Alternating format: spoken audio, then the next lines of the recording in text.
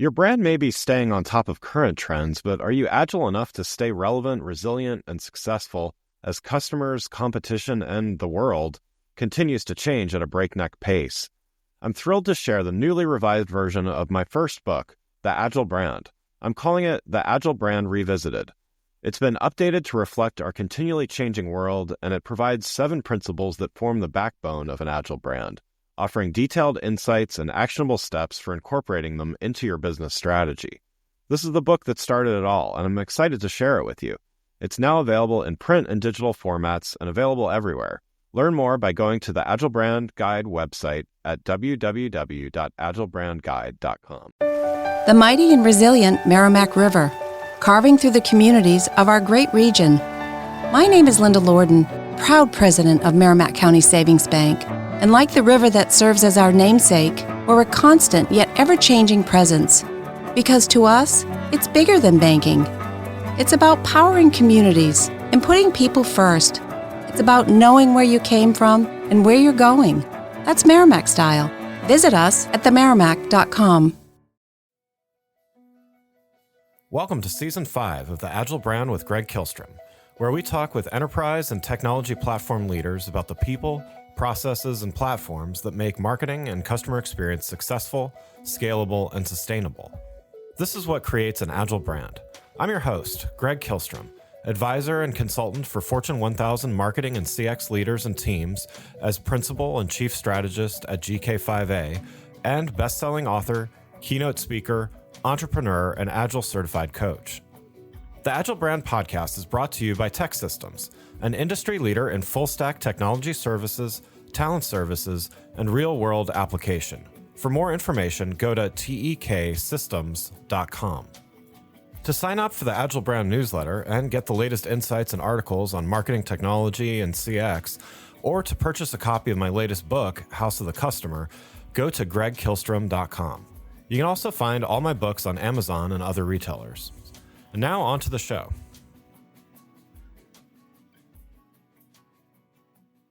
In this special episode brought to you by Ceres Talent, a marketing staffing agency run by modern-day marketing matchmakers, we're going to talk about 4 hiring myths that anyone hiring and managing marketing talent have probably run across. We're going to get to the bottom of each of these today, plus provide an outlook on the marketing talent market as it currently stands. To help me discuss these topics, I'd like to welcome Sue Keith, Corporate Vice President at Ceres Talent. Sue, welcome to the show. Hey, Greg. It's nice to be back. Thanks. Yeah, glad to have you back on here. So for those that weren't able to catch your marketing hiring outlook last quarter on the show, why don't we start by you giving a little background on yourself as well as on Ceres Talent? Sure. So I lead Ceres Talent. As you mentioned at the beginning of the show, we're a boutique marketing recruiting firm based in the Washington, D.C. metro area. And we specialize in marketing, communications, creative, and product positions. And that's because everyone on our team spent the majority of our careers in marketing before taking what I call this interesting and unexpected turn into recruiting. So we like to say we speak the language, which makes us pretty good at the matchmaking, which is ultimately what we do for a living. Great. Well, so today we're going to talk through 4 hiring myths, and I want to ask you to talk about each and what hiring managers and marketing managers and leaders should know about each. So let's get started with first one here. The first myth here is that every candidate must have vertical and domain experience. What are your thoughts on that?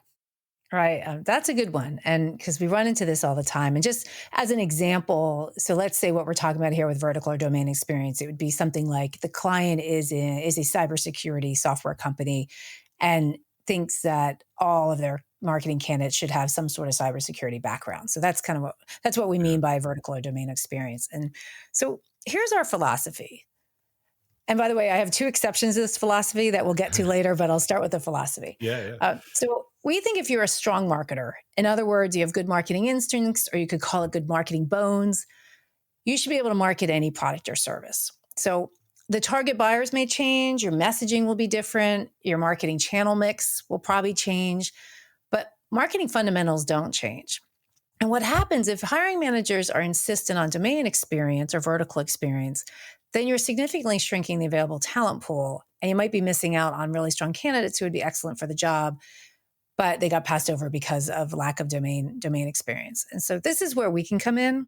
With our marketing backgrounds, we're able to identify applicants who might not look like an exact fit on paper, but through our experience and as we talk through the role with a candidate, we can identify the parallels between their experience and what the hiring manager is looking for. So that's where having a marketing background can help connect those dots, if you will. But I mentioned that there are two exceptions to a marketer can market anything theory. And the first one is B2B versus B2C. So as you can imagine, during COVID, we had a ton of consumer marketing experts come our way. And they often mentioned that they were having trouble getting interviews with the B2B companies they'd been applying to. And here's why that's problematic. B2B marketers, especially those who have responsibility for demand gen, which basically goes up all the way to the CMO with responsibility for demand, you really have two customers. Of course, you have the end user, the buyer, but you also have the internal sales teams. So if you're marketing to consumers, chances are the consumer's either buying a pair of shoes online or calling an 800 number. I guess if you're up at 3 a.m. watching an infomercial, but there's no sales team per se. In the B2B world, if you don't have experience partnering with sales teams, sometimes negotiating with sales teams on, let's say, lead definitions, what's an MQL, what qualifies as an SQL, discussing lead flows, understanding or being responsible for marketing's contribution to pipeline, those sort of metrics, then it would be really difficult for you to step into a B2B marketing position. The second exception is product marketing. And this is actually a source of debate even within our own team. But what I believe is if it's a senior position, the CMO understandably wants the new product marketing leader to be immediately able to have a seat at the table with the product and sales teams. Yeah. And really with the customers as well, I should say. And more importantly, to be able to quickly build trust with your internal stakeholders. So again, product and sales. And if you don't know the sector or can't really speak to the buyer, you're going to be starting at a disadvantage, at that table. And it can be a gap that can take a long time to close. So I think product marketing, especially in more technical products, the requirement for some domain, at least familiarity is justified. But I do have an exception to this exception. I'd say if it's a more junior product marketing role, then, we don't think domain experience is as critical as long as you're sitting on a team with other folks who have some of that expertise. Yeah. No, that's great. I wish we would have had this conversation years ago when I was hiring people and for some of these things. I also think particularly this one, it applies. Having owned and run a marketing agency, I actually think we ran into similar things regarding domain experience, and I think your answers from a hiring an individual standpoint even apply to that and hiring an agency. Yeah, we're going to touch on this myth later related to there are no good candidates for this role. But if you go back to my point that if you are requiring domain experience where it may not be necessary, you've just cut out a whole lot of people who could be really good for the job. Yeah. So it's just something to keep in mind. Now, of course, is domain or vertical experience serious bonus points for a candidate? Yes, they always are. But really think carefully about how critical is that expertise versus all the functional experience that you're looking for. Well, and it's also kind of how narrow that experience that you're looking for, right? Because domain experience, to your point, can be incredibly valuable and give you a leg up, just starting a position. But if the qualifications, if how you qualify that domain is so narrow that you're really, kind of cutting out a lot of good potential candidates, and maybe they have tangential experience, it seems like you're cutting your options short, right? Yeah, absolutely. And so that's where we can come in sometimes and talk to the hiring manager and say, okay, we understand why this would be really, as I said, great bonus points to have, but let's talk about the experience this person does have in the connections. Yeah. And sometimes we can make that argument, sometimes not. But that's where if we feel really confident that the candidate can do the job and the lack of domain or vertical experience is not going to put them at the disadvantage, then we'll try to make that case. Yeah. And so let's move to the second one, because you touched on this briefly there. Second hiring myth is good candidates for this unicorn job just don't exist. So what do you say to that? I say it's funny. We actually have a unicorn figurine in our office that one of our clients gave us because we helped them find a unicorn candidate. You know, I actually heard something just like this the other day. I was at the digital summit in DC and a marketing leader told me she's looking to fill a position. She's been looking to fill a position for 4 months, but can't seem to find the right candidates. And in this case, you likely have one of two problems. You either have a ton of candidates coming in applying for the job, and LinkedIn did not do anyone a favor with that easy apply button. Right, right. But only a few of them are qualified for the job, or you simply don't have enough applicants. And then typically, whichever the situation is, typically it's due to a case of misalignment. And what I mean by that is there's a disconnect somewhere, whether it be the title, the years of experience required, what the hiring manager needs versus what the job description really says. And then perhaps maybe some of the things that are listed as requirements really aren't requirements and really should be called nice to haves, or, as I said, we call them bonus points.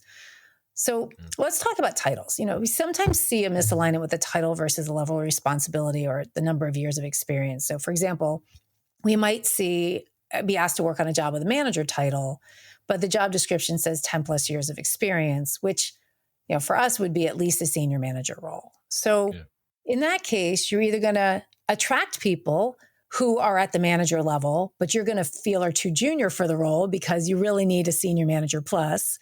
Or conversely, you may turn off somebody who is more experienced and is really well qualified for the job, but they see the manager title and pass over it. So this goes back. So this is where you might be, again, losing out or missing out on candidates who could have been really good fit. Yeah. The other thing we see is pretty often is job descriptions that are really, really long. So we call these the kitchen sink job descriptions, where someone likely, looked up a bunch of similar job descriptions on LinkedIn, copied and pasted from all of them, and you end up with this 4-page extravaganza of a job description. And with that, it's really hard for a candidate or an applicant to tease out what are the actual key requirements of this job, because I'm seeing 20 bullets. Yeah. And you may be turning away somebody who has let's say the top 8 requirements, but they're looking at 15, 16 bullets, and they may not have number 13 or number 15, and they think, well, I guess I'm not qualified for this role. So job descriptions really should be very streamlined to speak to only the most critical requirements. And if you want to throw in some nice to haves, that's helpful too for the candidate to know how they can maybe stand out. But definitely, I think job descriptions, just think really carefully about your job description. And what we oftentimes is start to see repetition, like the bullet might be written with different words, but it's saying the same thing because, again, back to that copy and paste thing. So try to tighten up those job descriptions so you're not losing people because they're either can't make heads or tail of what the hiring manager really needs, or they're worried they might not have a requirement that's actually not that important. Yeah. And then to that point, another issue we see fairly often is the job description doesn't actually reflect what the hiring manager is truly looking for. So this is where our kickoff calls with hiring managers are really critical, because we often find that a good half of what the hiring manager is looking for is actually not written in the job description. And then if you look at the job description, about half of those bullets on the piece of paper are things the hiring manager doesn't really care about when you start drilling down. So again, it goes back to really tightening up the job description to be very reflective of exactly what is required and what, we can live without. Yeah. Since we're all marketers here, it seems like there's a parallel here between how you would construct audiences that you're targeting with advertising and, writing requirements for candidates, right? So in other words, if you create an audience segment with everything checked, what are you going to get? You're going to get the kitchen sink, right? Versus, too select, you're not going to get enough people, so in other words, maybe I'm overstretching the metaphor here, but it seems like the parallels between kind of what marketers do in some of their day jobs, could be applied here to just get the best, instead of getting the best customer or acquiring the best customer, you're getting the best candidate. Yeah, I think that's an excellent analogy. It's exactly right. And it's, we're right now, we've been playing around with Google ads and we just tried to restrict something and we made it so narrow we didn't get a single click. Right. Yeah, I think the analogies to what we do as marketers is actually really insightful. While we're on the topic of the talent market, I wanted to share a little bit more about our sponsor, which is a company I've worked with, referred great talent to, and a company I recommend to the marketing leaders I work with as advisor and consultant, Ceres Talent. A lot of times when you work with a staffing company, your candidate matches can be pretty hit or miss. Ceres Talent is different because the founders are seasoned marketers themselves, and the company is focused exclusively on placing top talent in marketing and communications positions. They already speak the language of marketing and take the time to fully understand the requirements of the positions they're filling. As one of their clients said, because of their marketing expertise, they always really listen and completely understand exactly what I'm looking for in each search. If you're looking to hire a marketer, whether you need a full-time employee or if adding headcount is challenging in today's market, an interim marketing contractor might be what you need to keep the trains running, go to www.cerestalent.com. That's CERESTALENT.com, or follow the link in the show notes. Now let's get back to the show. So let's go to our third hiring myth here, and that is I must interview 16 candidates for the job. And this kind of speaks to some of the things that we talked about in the last episode. But what do you say to the hiring manager that that says I've got to get 10, 12, 16 candidates in order to make a good decision? Right.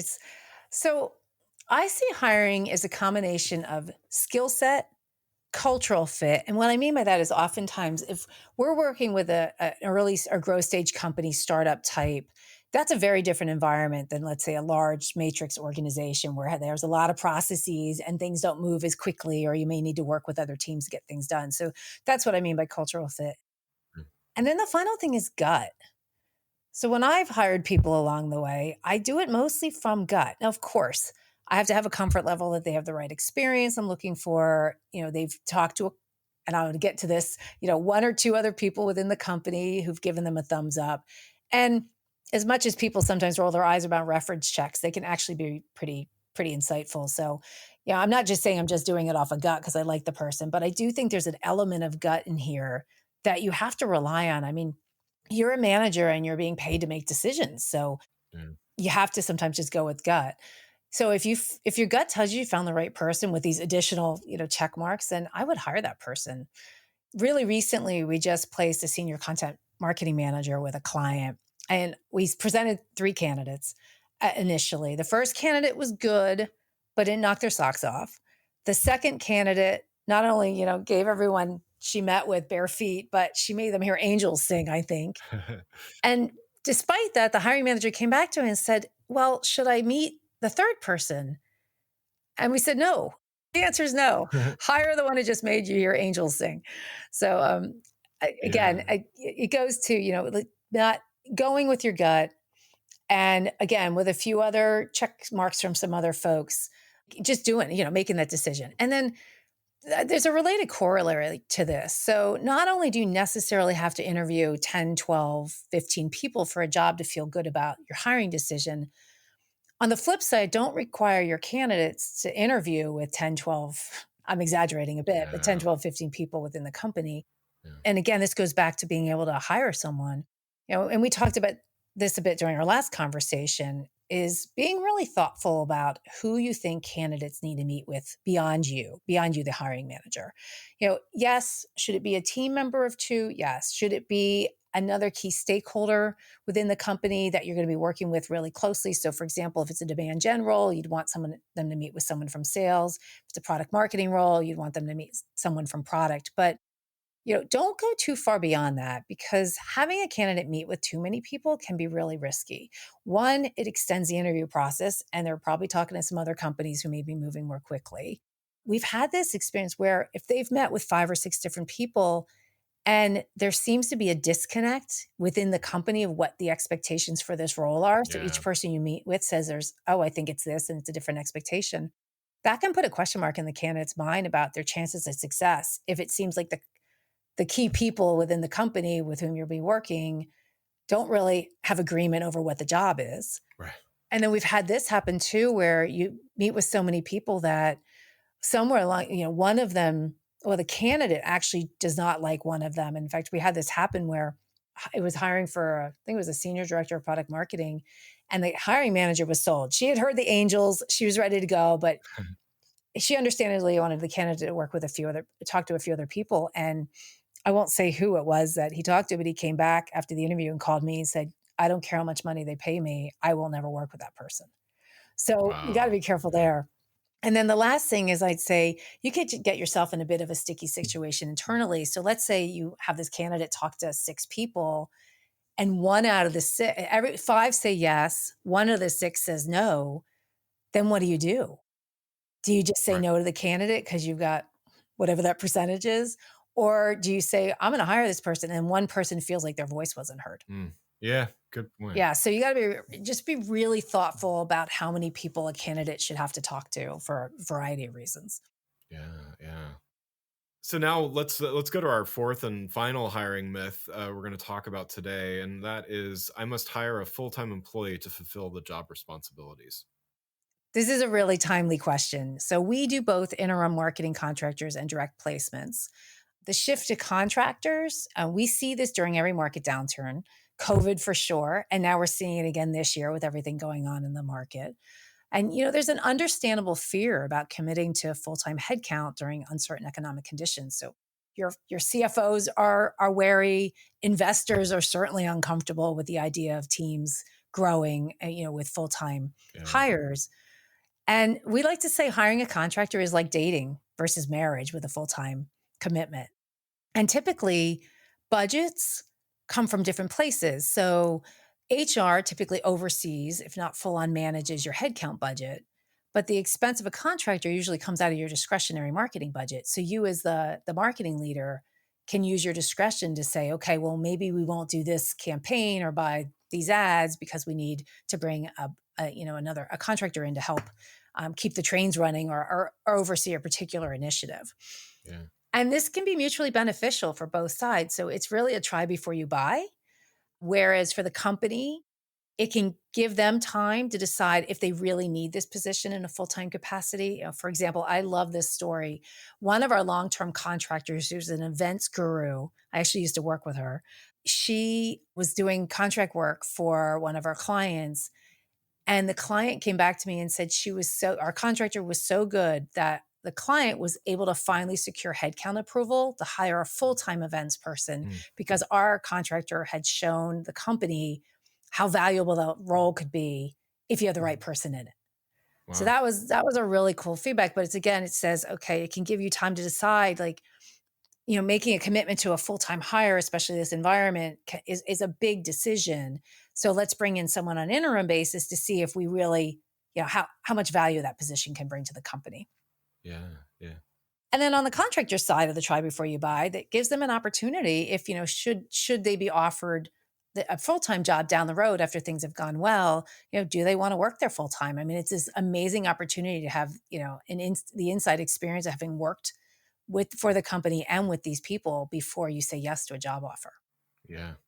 And also, going back to that myth that there are no good candidates for the job, bringing on a contractor can be a really good option if you're having trouble finding a full-time candidate for the job, or you think you might because it's, really unicorny. So, bringing on a contractor can be a really great stopgap. The work gets done and you may find they're the right person for the job. Yeah. That's great.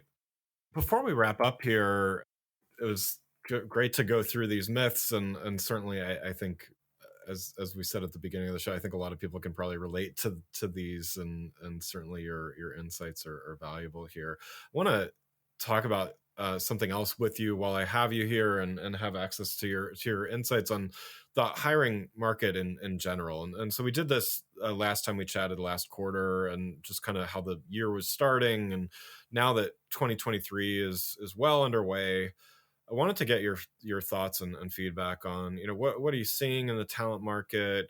What should marketing leaders look out for over the next few months as they're looking to potentially bring on new team members? Sure. So, unfortunately, right now feels uncannily like 2020 in the Mm, early days of COVID, where so many people were being either furloughed or laid off. This time the sectors are flipped. So back in 2020 with COVID, it was primarily B2C marketers. In the DC area, at least, we have a lot of hospitality and hotel companies who were really, as you remember, yeah. affected. But this time around in 2023, it's really the B2B market, as everyone's seen by the incessant headlines every day about layoffs in the tech sector. Yeah. And so this can be a time of desperation for some candidates who have been laid off, especially those who either they're the breadwinners or, their family or their household relies really heavily on their income. So I would just be careful about hiring someone who is overqualified for your job. So this person may really need a job and be willing to take a lower title and or a lower salary for the moment, but they might be a flight risk when the market picks up. So just be cognizant of that when you're looking at candidates. The other thing to be on the lookout for is what we call keyword stuffing. So where the candidate looks at the job description, grabs a bunch of keywords out of it, and sprinkles their resume full of these Mm, keywords.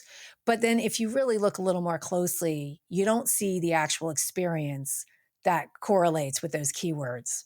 We just saw this. A candidate, we had a job posted on LinkedIn and probably or on our website, and the candidate under their name, which is something we recommend, is whenever if you have your name on your resume, right underneath you should have a line, what I call your thing. So whether you yeah. say product marketing leader or demand gen marketer, what have you, or a brand strategist, whatever it might be, you should have something there. Well, this person had taken the title of the job and stuck it right under their name. So of course our team looked at the resume because it grabbed our attention as it was supposed to do, but there wasn't one iota of related experience on Mm, that resume beyond those three words under her name. So just look carefully at resumes right now.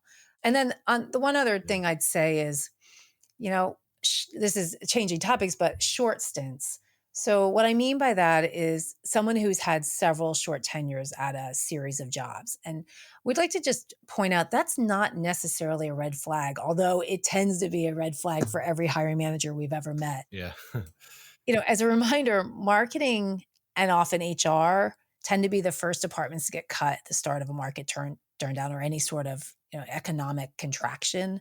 And also too, in the B2B tech world in which we work with a lot of technology and growth stage clients, M&A is a natural part of the deal. So any VC or PE firm, the intention is to exit, sell the company in some way within some relatively short period of time. So a lot of times there is, by no fault of the candidate's own, their companies keep selling or there's acquisition, et cetera. And then sometimes things just don't work out. And it's nobody's fault. I think we can anyone listening can think of a time where a job was just not working out. It wasn't their fault. There was just either is the management team or the strategic direction of the company. So, Yeah. and also we saw that, during that, we had about 18 months of hiring frenzy between 2021 and 2022. And basically companies were hiring anybody they could find. And oftentimes that person got into the job and realized it really was a mismatch with either their skill set or how the job had been sold to them. So I would say give a little grace to someone looks to have short stints on their resume, especially you layer in COVID and there's a lot of that impact too. Yeah. But, of course you want to ask them to make sure they have, ask them to explain what happened in each and make sure they have reasonable explanations for the changes. Yeah. The last thing I'll mention on this topic is salary ranges. So you may know that several states like Colorado and some jurisdictions like New York City now require companies who are posting jobs publicly to disclose the salary range on those job postings. And while we applaud the intent behind the laws, which it was really to try to close the pay gap between that affects women and minorities, there have been some unintended consequences. So what happens now is companies are publishing these crazy ranges. Like they'll say this job pays between 70K and 130K Yeah. because they're trying to allow for all contingencies. But in the end, it really helps no one. Because of course, when the company puts that range in there, the company's seeing the 70K and the candidate's seeing the 130K. And you're going to have a big big problem when you come to salary negotiations. So I'd say if your company is disclosing really wide salary ranges on your job posts, just be ready for there's going to be likely some disconnect between what you've budgeted for that job and what the candidate thinks they have the license to ask for. Yeah, good point. And we've been talking about from the hiring manager perspective. What should marketing candidates be looking out for in particular? Yeah, and I'll make this a relatively short answer because it's the same answer when we talked a couple months ago. Is it's all about realistic expectations. Yeah. Here's the reality: the hiring pendulum has swung back, like fully to the other side of the spectrum, where unfortunately it's no longer a candidates market, and candidates just don't have the leverage that they enjoyed the last couple of years. So you have to be ready for that. And it's a really competitive market because so many people are looking for jobs. So be realistic about the title you're comfortable with, the salary you're comfortable with. We just talked about how salaries can be really difficult because a lot of companies are publishing them and there's these crazy ranges. But try to do your research, use salary.com and other online resources to get a decent sense of what you think a job that you're interested in should pay. And then that said, you should always ask for what you think is fair for the job and what's commensurate with your experience. But one thing I'd recommend, if you are out of a job, do not try to it's just not the time to try to get $20,000 or $30,000 over where you were in your last company. Yeah. So I'd sum it up with realistic expectations. Yeah, that's great. Well, Sue, thanks so much for joining and sharing all of your insights here, and looking forward to having you back next quarter to do another check-in here. But one last question before we wrap up. You've given a lot of great advice already. It was great to talk through those myths as well. But what's one piece of advice you'd have for marketing leaders that are in the process of hiring right now?